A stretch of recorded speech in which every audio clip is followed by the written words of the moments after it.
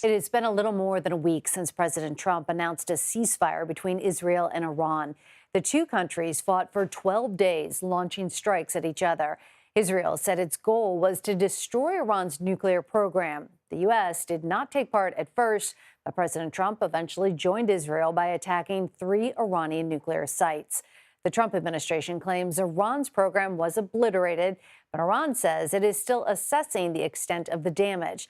And the head of the UN's nuclear watchdog says the country may be able to resume enriching uranium within months.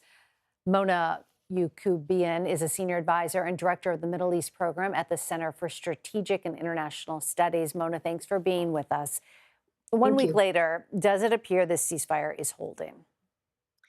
Yes, it does appear the ceasefire is holding. There's been no exchange of fire, no claims of violations. But we are entering into a period, I think, of escalating tensions. And so we're going to have to watch very, very closely in the coming days.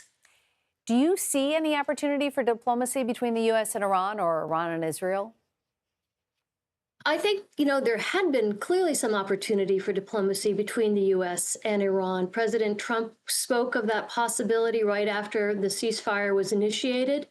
But unfortunately, I think now we're seeing not only the rhetoric, but actions going in the other direction, especially with Iran's announcement today that it was suspending cooperation with the IAEA, the nuclear watchdog.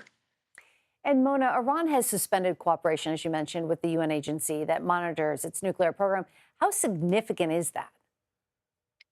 I think it's very important.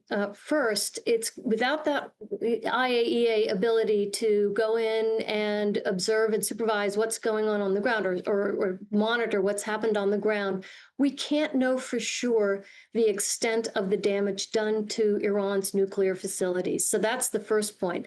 The second is that cooperation is essential for any talks to go forward and will be core to any deal that's negotiated, because it will necessarily include the need to be able to monitor Iran's nuclear activity going forward. Well, looking ahead, what are you going to be looking out for in the days and weeks? I think we'll be watching Iran's actions and words very, very closely. Is there any indication that Iran is beginning to somehow resume any activity, any attempt to rebuild its nuclear facilities? How do the Israelis respond to what we're seeing so far? Where does President Trump stand on all of this? We'll be watching very, very closely. In particular, though, I think both the words and the actions of Iran going forward. All right, Mona Yacoubian, thank you so much.